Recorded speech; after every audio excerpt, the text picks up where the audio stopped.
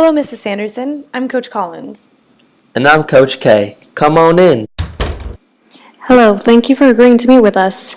Not a problem. Why don't you sit down and tell us what we can help you with today? I was thinking of enrolling my daughter Julie into gymnastics at your facility here. That's super. We've got a great facility. It seems great, but I really have no clue of what I'm doing. I guess my main concern is injury. Well, that's inevitable in sport.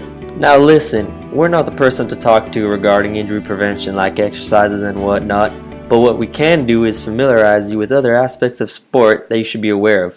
For instance, you should understand the term culture of risk. What we mean by culture of risk is that pain and injury are seen as physical and symbolic markers of identity to an athlete, such as the tolerance for pain and injury are seen as reflections of good character in a good athlete. And athletes just give in to this? Well, how old is your daughter? She's 8 years old. At that young age, your daughter doesn't understand her body like we do. She may not be able to tell whether she's injured or just exhausted from pushing herself too hard. Also, she may not be able to fully communicate her injury to us, which puts her at a greater risk of being injured, especially since our athletes are pushed to achieve their best. And who exactly forces these kids to push through?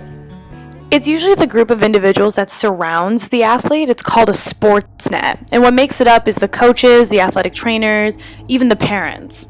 How exactly does the sportsnet contribute to the athlete's risk? Well, for one, the coaches are a big factor. Coaches push their athletes and it can come across as abusive, where the athletes are pushed beyond exertion, especially since younger athletes are sometimes afraid to speak up against the coach. I've seen many of my colleagues do that to kids, but that kind of behavior is not tolerated from our coaches here. That's good. You would think that coaches who do this would be intervened by an owner or something, am I right? The difficulty is that many coaches express such a strong agreement with that athletes should be taking risks and that they should be striving for greatness and no matter what, reject their limits. And this reinforces that culture. Majority of coaches believe that many athletes can benefit from this, but here we don't believe so. Another factor that you should be aware of is that athletes are the ultimate receiver of these messages, and right in between the coach and the athlete is the athletic therapist.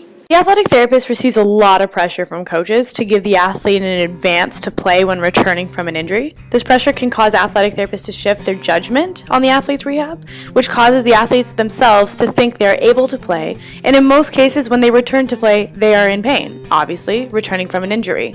The pain, alongside the encouragement from the sportsnet, reinforces the belief that pain is a normal part of sport.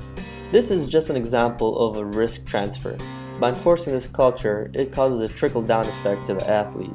This idea of sucking it up is accepted by the athlete and it keeps them from seeing this exploitation by the culture and risk, and it keeps the management and coaching team from responsibility. Wow, that's a lot of information to think about. I definitely want my daughter to participate in sport, but not at the cost of her health. I think the best solution is to teach her about a positive sporting culture where her health isn't compromised and that competition comes second only to that. Alright, it sounds good, Mrs. Sanderson, and thank you so much for your time. Thank you so much for your time, and I'll let you know soon about my decision about Julie. We hope to see her in the gym soon. Have a great day now.